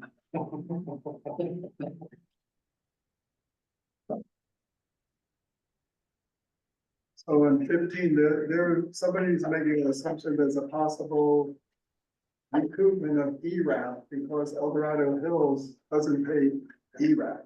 It was never deducted from their funding. El Dorado Hills is exempt from the They're BRAC exempt share from because the- they are multi-county So agents. they think if there's an annexation with Cameron Park, they might be able to get Cameron Park to be exempt as well. And we know, there's a LAFCO report that we can cite that shows that that is not gonna happen. It's a LAFCO report from September 26, 2018. A report on their agenda item 8, study session on state of the fire districts in the county and opinions, finances and alternative governance models. On page 15, under common myths, they, can the currently exempted districts lose their ERAP exemption status if they were to merge with non-existent districts? No, at least not in the areas currently enjoying ERAP exemption status, and this is ERAP 1. When the Latrobe Fire Department service area annexed in El Dorado Hills, all areas previously served by El Dorado Hills Fire Department did not have their property tax revenue shifted to ERAP 1. Then the next comment, can the currently exempted districts extend their ERAP exemption status if they were to merge with non-exempt districts? The Auditor Controller's Office could be able to explain this concept better, but it appears any property tax revenues currently collected for ERAP 1 would continue to be shifted to schools post annexation under ERAF one, which Cameron Park is under. An ERAF one exempt district. Only new incremental increases in property tax revenue would be ERAF one exempt. If this understanding is correct, the approximate 1 point, and then it goes into talk about what was happening with Latrobe, where they thought they'd get it, and they wound up underwater. So that's in that LAFCO report. It's already out there, so there's no LAFCO savings that can be realized. Oh, you ran. Or ERAF, yes, thank you. That's max. All right. Item 16.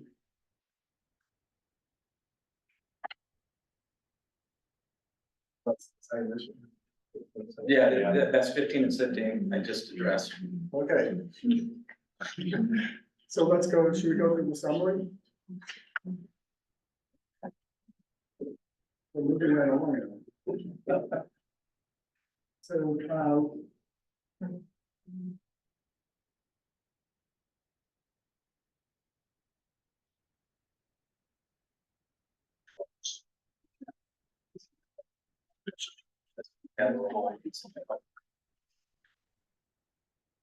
so I don't know if we need to go. Okay, so we need some recommendations how we proceed with this. And I'll give you mine. First. Before we start. So, by talking to Chief Cordero, we're gonna go back and draft a response to this and send it out to all of you with our comments regarding all these issues. And then we'll get your comments and then we'll finalize that. So, I mean, I think that's the best way to do it. We're not gonna write something extremely verbose regarding this. We're gonna hit the key points of these findings, and the ones that really relate to what we have to do. And obviously, we're gonna bring up that we recommend they start with the RFP first to find out the true costs. So that then they can decide how they want to move forward, and we stand by our 3-0 staffing model. I think that's really critical.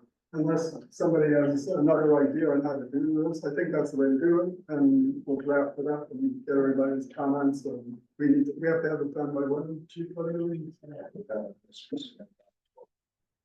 Cameron Park's having their meeting on the 12th, workshop on the 12th. And we'll send it out to all the parties, we can even include that. Another important note to have in that response is, we have an obligation to our citizens to enter into these type of things revenue neutral, shouldn't negatively impact constituents that we're all doing. Yeah, I don't know, I said, got a deep street history, been riding this roller coaster for over 37 years, one way or the other with this agency and, Cameron Park, and, I just, to be honest with you, I'm done with Cameron Park with, as far as from county fire perspective. I think it's been over the years, not just recently, but over the years back with Chief Hardy and previous RFPs, we wasted our time. We wasted the valuable time of our staff, our labor, of our line personnel, causing a lot of drama on that and what was gonna happen and all this other garbage. And I just feel we're getting yanked around by the CSD board. If we become very convenient as a bargaining chip, I feel, because when they go down this, we wanna, so we can get rid of Cal Fire, or we wanna go with Elrod Hill, but we're that suitor, that's a convenient suitor to them. So that they have somebody to run to, oh, can you give us, proposal, can you give us some numbers, and every time we, at the end, get blown off. And we wasted a lot of valuable resources that could be used on a lot better things, in my opinion. For the health and welfare and justice of this fire district, wasting time dealing with those clowns. I'm done with it. So I believe we should send a response, but tell them, you know what? Don't come knocking, we're done. The Diamond Springs annexation, that is a completely 100% worth our time and effort. You compare the two, if we were trying to go down this road with Cameron Park, with where we'd be compared to where we are with Diamond Springs.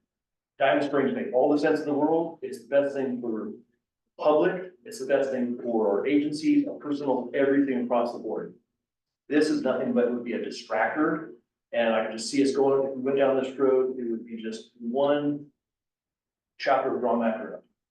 So I would rather we focus on more positive things, on an annexation that is a legitimate annexation with Diamond Springs. Complete that, and move on from there. And if there are other agencies that choose that they would like to be part of that and you can look into, then that, but I don't see Cameron Park being one of those. That, my opinion, my frustrations, but, that's where I'm at. I just would rather not waste any more time with this effort other than my response. Mark, I think on the flip side is, I think we're all in favor of Cal Fire staying in place. It's not like we're searching out Cameron Park like we want to take them. But, you know, Cal Fire steps out, El Dorado Hills moves in. As they cut services to Cameron Park, it impacts us, just like moving Medic 89. Now our resources, because they close that station, we're getting sucked down there and we run a tight system. We don't have a lot of extra just to be covering what El Dorado Hills pulls out of Cameron Park. So I actually see it as a threat to County Fire by El Dorado Hills taking it. Now, if it was like for like, if they were in favor of keeping both firehouses open and putting Medic 89 back where it belongs, and all the numbers show it should be back where it belongs, then I'd be like, yeah, fine. And you gotta ask yourself, why does El Dorado Hills want Cameron Park? Because obviously they are chasing hard. And so then you gotta wonder, are they gonna keep chipping away at our boundary after Cameron Park? Are they gonna go after the casino or some of our, bigger tax base areas looking down the road? So I look at it actually as kind of being a threat. Number one, yeah, I'd like to leave it with Cal Fire. Number two, let El Dorado Hills, fine, let them take it over, but they have to staff it properly. And the people in Cameron Park need that. If they don't, we are covering the holes that they left as they, and if you look at this report clearly, there's nothing in there that says anybody's trying to keep the firehouses. It mentions multiple times through there vaguely that they're not both staying open. They say the station 88 is too small, and there's tons of references in there that you can read between the lines, and they're losing representation. But yeah, all things said, I'd assume Cal Fire would keep the contract. But they've also shown, like in the last 5 years, there's been a 10-year shift in funds from fire to parks. And their board members, if you look at all their bios, they're all parks people. So if you look at here, things are negotiated. Basically, they want to get through the cheapest they can, close the station, keep their money in parks. They don't want to sacrifice any of that. You guys are all right. We don't want to have to absorb the cost of providing services to Cameron Parks. So I have to be a very real conversation that we're going to come in, we're going to do your fire service, but we're going to do it properly. We're not going to half-ass it. We want to provide the correct fire service, keep it type 3 district. And so that's the only thing I see. So I appreciate your frustration, Mark. One way or another, having observed it for the same number of years, right? And going back a few years ago, wearing a different hat, right? And we had these discussions back then. I agree with you that we should not engage anymore on hypotheticals. If we're gonna engage, we engage on an actual RFP process. So everything's on the table. Right? And so now we're looking at apples to apples and everything's clear on the field. Because knowing that, again, this is not our first rodeo. The district has been through this before. The district's learned a lot of lessons over the years. You mentioned some of them before. And we're at a point now today, I think the whole Diamond Springs effort right now is a significant departure from the way of doing business in the past. And it's a win-win across the board. And so if we were to engage in a process that was similar to the Diamond Springs process, I would be all for it. But it has to be upfront, open. And we're comparing apples to apples in the process. And I'm with you for one, I'm not interested in having a conversation about contract for service or anything like that. I'm interested in one thing only, and that is an RFP for annexation, knowing that the LAFCO process will help equalize some of the challenges. I stand by that too, I know, hey, I mean, we're not gonna go into any kind of agreement where it's deficit financing, that's a no-go, and anything less than 3.0 is a no-go, so. We need an RFP, we need the cost cover, and it's not gonna, right now, our main concern is finishing up this annexation. If I it takes a lot of staff time, it takes a lot of time to do this.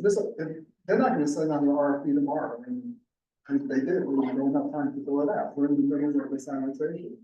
So they're gonna be dealing, it looks like they're gonna be dealing with Cal Fire for the next year or 2 or 3, and then we'll see where we land. If they wanna do an RFP, well, if they wanna follow the rules of an RFP, and open and good faith discussions about the costs and the annexation of what it means, then we're fine. So I think we're all on the same page, right? Mark, I agree with you. And so. Hold on, I get it. Yeah. Yeah, I just, and I'll kind of finish the way I started. I'm in a unique position because I live in that area. And I have people that I represent on the fire side, and they get Parks and Rec. I get my Parks and Rec from Cameron Park CSD. To earlier comments, I questioned some ethics that the board there has acted on. It is in lack of transparency, good governance, and managing the public trust. I have had hundreds of phone calls from citizens in that community asking what the heck is going on. They're demanding answers. They want to know why the board represents one thing and does something else behind closed doors. They deserve answers to that. I would say RFP is the proper way to go. And I would do it with a condition because I think there are all those things that I just mentioned are lacking. Would be to form a Bluebird commission that involves LAFCO to ensure the confidentiality of all the information that is presented and it stays within a neutral group. The public needs to trust that their government elected officials are ethical, they're transparent, practice good government, and manage the public trust. What I've been told that is lacking significantly in Cameron Park, and the people deserve answers. So. Any public, another reference. Brief comment. Okay, fine. And then, it's probably a stake. I appreciate the comments by Director Evanston. Those are spot on. I believe there are inferences within the report that would potentially indicate the closure of a station, but just for public transparency, there is nothing in the report from El Dorado Hills that's saying they're going to close that station. The financials reflect the cost to operate 2 stations, but I agree with your assessment of reading between the lines on that. And I do appreciate the comments by Director Brown. One thing that has bothered me from the onset of this is that the CSD board never came to our board of directors. As fire chief, I take a little offense to that there was an assumption that we would jump in and play ball. I felt like, not only an RFP should have been done, but there should have been actual request made from the CSD board out of respect to our governing agency that, are you willing to do this? And at one point, I came to the board to get authorization to continue because we were going to expend overtime dollars to complete that report that apparently that one didn't get. So those. Thank you, Chief. But any other public comments? I do feel like I need to come forward with something. So my name is Amber Hodeke and I'm the chair for the Concerned Citizens of the Tri-Communities, which includes Shingle Springs, Cameron Park and Rescue. So in March, I took over the position and I received a text message inviting myself and my board to the CSD to sit down and talk about what's going on in the fire services. And basically, it was a text from Don Ashton. And him and I coordinated an appointment to meet, with everybody in their board. So I didn't really realize at the time who he was. I know Don Ashton from his previous role with the county. So we were coordinating back and forth. Gina, who is also on my board, both of us went that down. And it was basically like, help us get in the good graces of the community because they're not in the good graces, right? So we would appreciate your guys' help being transparent with us and spreading the good word of the CSD and get people on our side. So I was new to the position. So I said, well, fill me in on the whole thing and the mapping and everything. They did a good job at that. So what I'm getting at is, no pun intended, but as a concerned and confused citizen, what's Don Ashton's role? Is he an executive assistant booking appointments for the CSD? And the CSD, I agree with the chief. I don't really put blame on him. Is he working for the CSD? And they said, hey, take this report that we don't like, make a new report for us. I don't see how he could be setting appointments for the CSD and then also being a third party writing a report for the CSD. And I still have the text messages today. I was just reviewing them during the meeting. And on our last text was, oh, am I gonna see you at the meeting? He says, I can't attend because I work from home due to budget cuts. So is he an employee of the CSD and what's going on? If he's supposed to be a third party, non-biased person writing this educated report that's got a bunch of fillers and no real facts. What is his direct involvement with the CSD? That's my concern. And again, I agree with the chief. If you are an employee of an entity and you depend on that paycheck to pay your bills, and they're gonna tell you, hey, we need X, Y, Z, you're gonna think about it and write it to the best of your ability, which he did. Is it great for us? Is it great for you guys? I think we're all in agreement. No.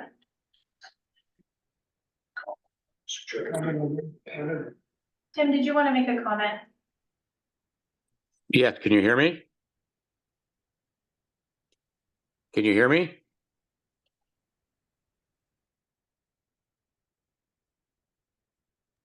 Can you hear me? Hello? Can you hear us? Can you hear me? Yes. Yes. Yes. Okay, hey, Chair and Directors, a very interesting meeting. I'm Tim White. I'm the president of the El Dorado Hills Fire Board of Directors. Listened to a lot of your comments. Just a couple of things I want to address. A couple of references were made to El Dorado Hills getting Medic 89 and then immediately moving it out of Cameron Park to Station 86. El Dorado Hills was not, CAL FIRE told El Dorado Hills that they would not accommodate El Dorado Hills staffing Medic 89 or continue staffing Medic 89 at their station. So it was as a result of CAL FIRE's decision that they would not accommodate staffing by El Dorado Hills Fire, and we had to put it at Station 86. So I just wanted to clarify that for the record. The other and there's other things I won't address at this point. I would invite some of your directors to come to our meeting on Thursday, June 20th, when we will probably be having discussion on the same report, and we will have the insight of the Cameron Park meeting that will be held on June 12th. The only other issue, a couple questions came up with about the 5% assumption of property tax increase. That probably came from the county assessor. We had our finance committee meeting yesterday start looking at the budget for the next fiscal year. And we got an assumption from the county that there would be a 5% property tax increase. We are also conservative in our finances, so we put in a budget amount of 4.5%. If the county is right, if it comes in at 5%, which we will know by September, I think that would be great. But that's probably where this assumption in the report came from. Anyway, thank you very much. Like I said, a very interesting conversation. Thanks. Any other public comments? I don't have anybody else's hands. Anybody else? Go ahead. I just wanted to take a minute to thank you guys because I've attended all of the fire meetings, not all of them, but most of the board meetings at CSD Cameron Park. And I can't tell you how great it is to see County Fire, El Dorado Hills Fire, CAL FIRE. Everybody's there. All of your staff is there spending their time dealing with our community to try and make our fire service better. It may seem like wasted time, but as a resident of a community that's struggling with where we're headed for the safety of our citizens in our community, I just want to say thank you. Because I've seen Chief Cordero there, I've seen Chief Johnson there, I've seen Kel, it's just a whole thing. And in layman terms, we don't understand. I don't work in the fire service. I have a son who's a fireman, but you guys have a big and daunting job. And I would just urge you to take under consideration the citizens in our community because we deserve better than what we're getting right now. And I agree with you. I think that that's what's gonna happen. But I'm Brad McMullen, Cameron Park. I share your frustration, and I've only been involved for a year and a half. So I can only imagine yours is far more. But I've never understood why, when the CSD was chartered, that they included fire protection. I've never seen a CSD in charge of fire protection when they're all parks people, have no idea how to run a fire district. So my personal community goal is to get that responsibility out from underneath those idiots. So I hope we can go forward some way to remove that responsibility from them, because they clearly don't know what they're doing. When I got involved, I started doing research about the property tax split. And I have letters from the county assessor's office, or controller's office, pardon me. Back to where I could get them, I think it's starting in 2004. And it was actually a 74.8% split between the fire letter and the parks letter. That's the only evidence I have. And then all of a sudden in 18, it went away. They got merged. County won't tell me why. They forget because of COVID, etc. I concur. You don't want to take anything that's not revenue neutral. Even El Dorado Hills has told me personally that their citizens would not accept anything that wasn't revenue neutral. I only believe that Don Ashton read the AP Triton report to get the information that's in this report. And if he did read it, then I'm gonna believe that it's now a public document. I put in a public records request. I haven't heard anything back from them yet. So I'm hoping to get something.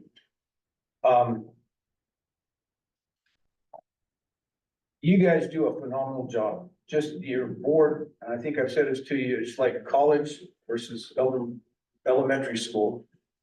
And I, for one, appreciate what you guys, the level of your professionalism, the professionalism of your staff, and how you approach things. So from my point of view, thank you for what you guys do.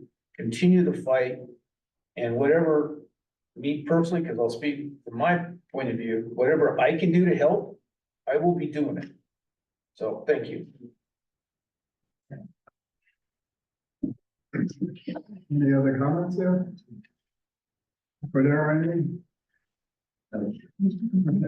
I just have one clarifying question. So, I know we've been taking notes, someone has, and, gonna consolidate that, and so then that's gonna come back to a draft to the board. And then we'll put in any final touches. Then it's gonna go out on our website, to the Cameron Park CSD, to the Mountain Democrat. It's gonna be published to the entire public.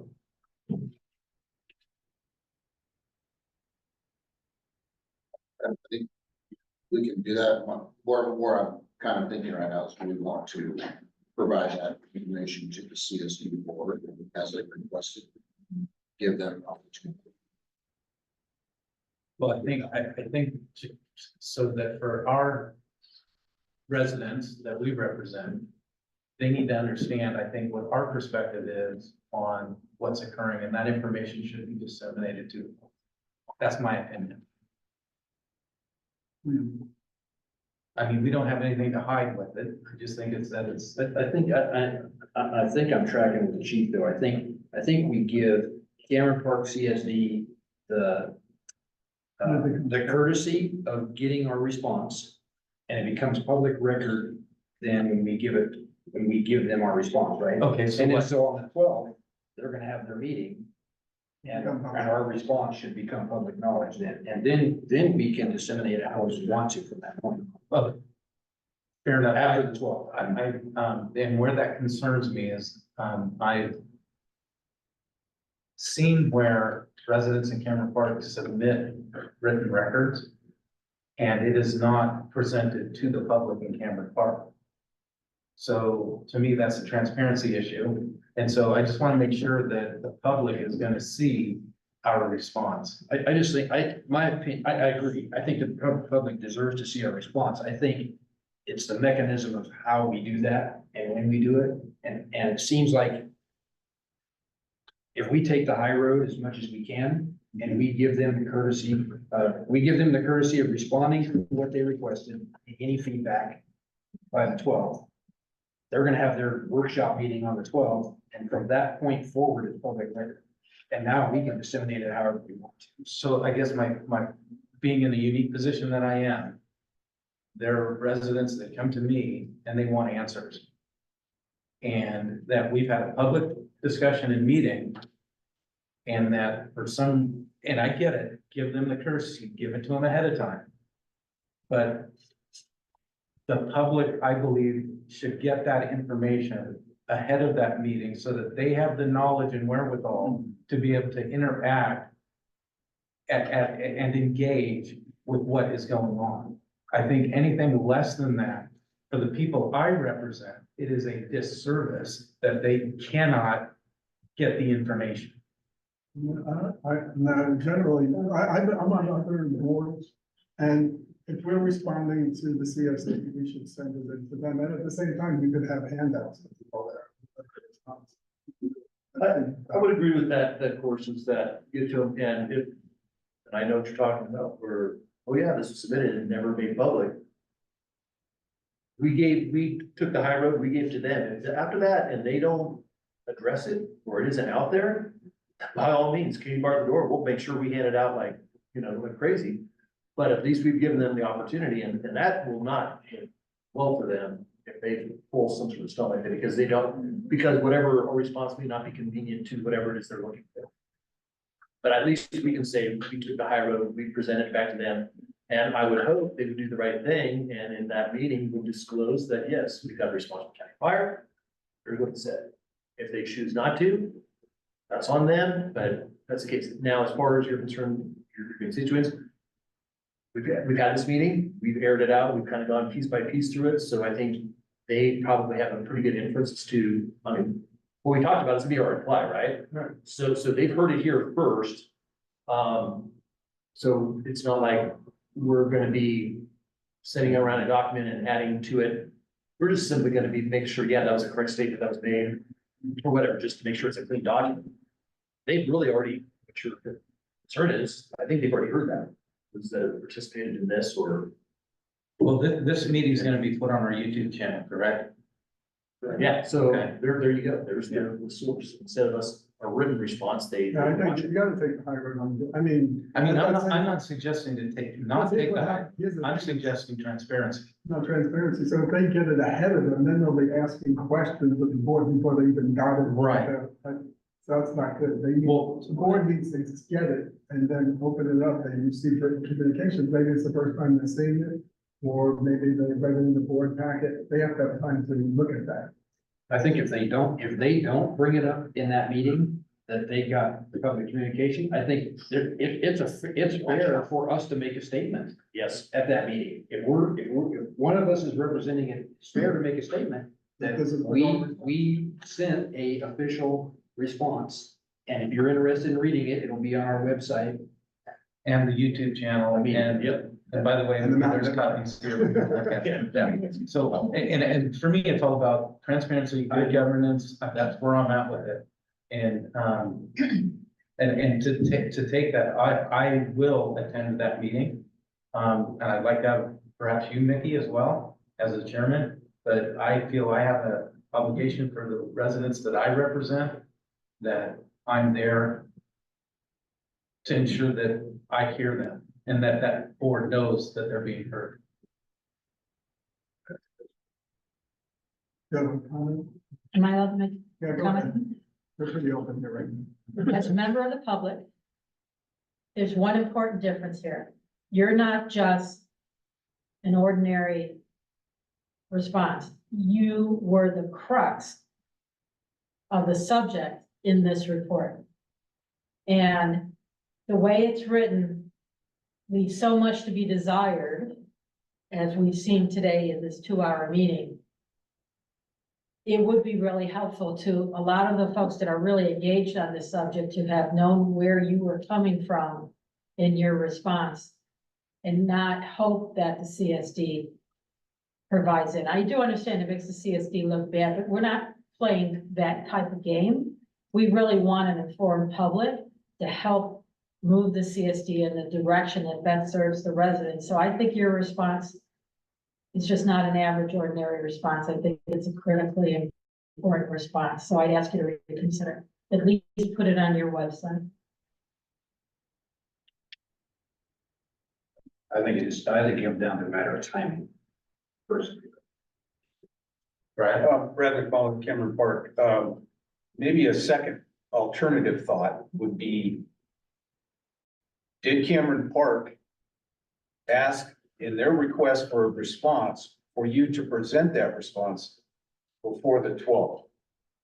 You could say, we're gonna present it to the board on the 8th or the 10th, but it's going public on the 11th. Warning them, we're giving you heads up, but we're going public on the 11th so that people on the 12th can come to the meeting prepared. I think that's reasonable. Well, we should decide on that. That's a decision. I mean, Chief Cordero and I will talk about it. See what's best there. I mean, I'm trying to do a quick search here. I believe, and I could be wrong, but I believe the direction that was requested in the CSD board was any citizens, et cetera, that had comments to email them to them so they could discuss them and have them for the 12th. So I hear loud and clear the concerns from, and I don't disagree with you, but I think from a procedural process, I mean, I still think, taking, I'd say, I don't know, but giving the CSD board the opportunity to do what we do is the correct thing. And I'll double check before tomorrow, but to make sure that was the direction that they had. I don't want to blindside them with people asking questions. They've seen this report before they've seen it, because I've been on boards and when you get the information, you got the information for them to respond to it. It's not like somebody has a precursor time to look at it and go, hey, what about this? And you haven't even read it yet. So I say, I believe we should take that. We'll let it all. So the letter from CSD where they sent the report out says the board of directors will be holding a public workshop on June 12, 2024, in the late afternoon or early evening to discuss the report and receive input from the community. In addition, any questions regarding the report may be submitted. There's a link here below. The questions will be collated and help form discussion and presentation at the workshop. So I don't know if you got a separate communication, chief, but this was in the communication I received when it was released. So it seems, yeah, give it to them ahead of time, but I think giving the courtesy, as they gave us the courtesy, and we got a preview, although it was only a couple hours before, but give it to them, and then we're gonna go present it to our public, to the public afterwards. I think that's the proper way to do it. I tracked it correctly, it was they could submit online or bring their questions to the. They, in addition, any questions regarding the report may be submitted below. The questions will be collated to help form a discussion and presentation at the workshop. That's what they're gonna do. So they're not even saying they're gonna take all the questions and give them back to the public. So, it's pretty vague, and I think that this warrants response that the people, and I'm gonna advocate for this, that those that I represent, because I'm there, I'm living it. And I think it is our duty, and I would be derelict if I'm not pushing for this, because I think the public needs to have this information so that they can come in and inform, and information is, there's no way information can be withheld from them. I don't, that's just, And attached to ultimately, that. it's a board decision, my Yeah. position still remains the same, I think that I would not want, to begin to receive phone calls from concerned citizens over something I have not seen yet. No, And I don't think our board would either, so I think yeah, that give it to them ahead of time, give it to them ahead of having time, an but then opportunity put on it the out there. 12th, I think folks should. Once they've received it, after they've received it, then we put it out there. I think that's fair. How does everybody feel about it? Well, I was trying to remember, we got this, what, one day prior to, No, we got it the Sunday morning, so they and kind of then did that. 3 hours later, it went to the public. So it could even the morning of.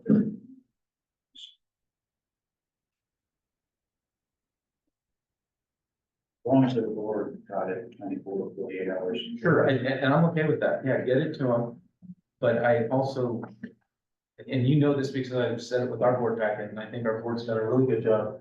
We're now getting our information almost 5 to 6 days before, and the public is seeing the packets, and because we get them like on Friday and it goes out, and then it leaves on a Thursday, or a couple times it's come over the weekend, but I'm a big proponent of letting the information out there. I've always been that way. And so I think to give as much lead time as possible for the public is good. I also respect the heads up first for Cameron Park CSD. I think that's the right thing to do. So what, I'm agreeing with that. What about this and to, for the chief's concerns, I know reasonable, and I think ours, is that when the chief submits it to them, that in the middle, it's like, here's, right, what? We will be releasing this to the public on such and such a day. So they've been put on notice that here you are. And whatever that time frame is, 24 hours later, whatever, we will be releasing this. So they can't say, well, you didn't, no, we gave it to you in a timely fashion. And notified you that we will be releasing it on such a date. I think that would be a fair thing to do, and that way we're clean and we're doing the right thing, but at the same time, we're meeting American Governor's concerns, which are valid concerns. And I would at least 48 hours before that June 12th meeting published. That's my wish. Which is just 6 days away. I know. I know. No, we'll try, we'll figure that out. So thank you guys. Thank you. Seriously, thank you.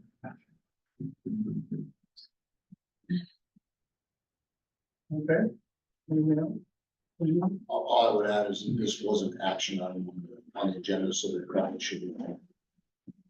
Okay, so do we have an action item? You want to craft something up here? Sure, I think I craft that up.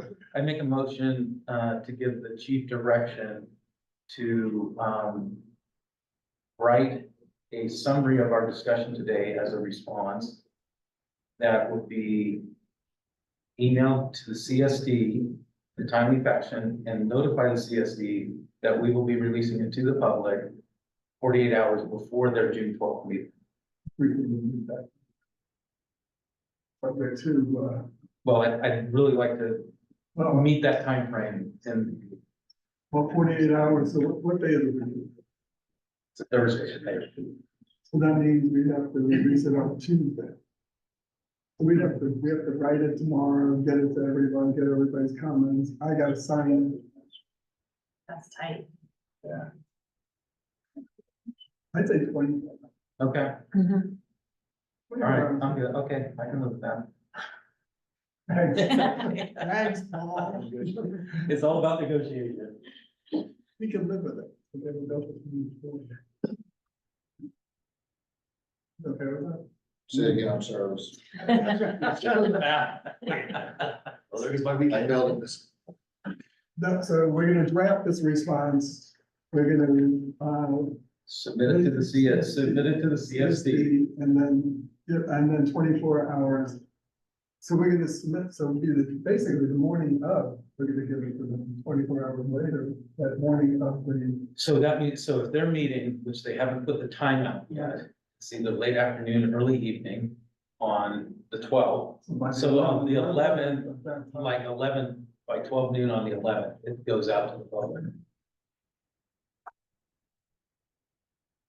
And the CSD would get it before that. And I've got no problem taking this, reading it this weekend. If we get a draft out, I'll be on it. It'll give me a reason not to answer my phone. I think we can meet tomorrow afternoon and we probably should be able to in a couple hours. Because we're not gonna be verbose. We're gonna go into way out the facts. I would also add in that summary, so I know there's a motion on the floor, but I'm gonna amend my motion to include a link to our YouTube page. To make it easy for people to get access.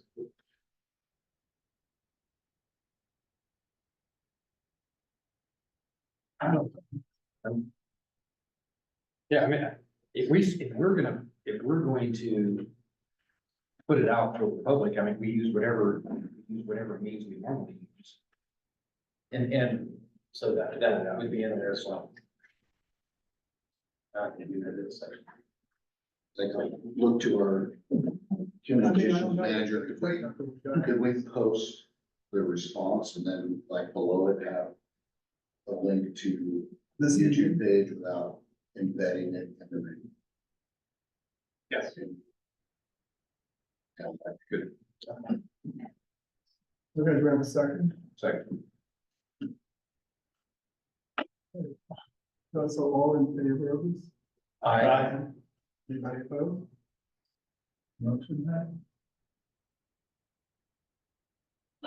that. Okay, adjourn this meeting at 3:53. Can I get a first and a second? Okay, let's have a motion. I'll make the motion. All in favor? Aye. Aye. Thank you.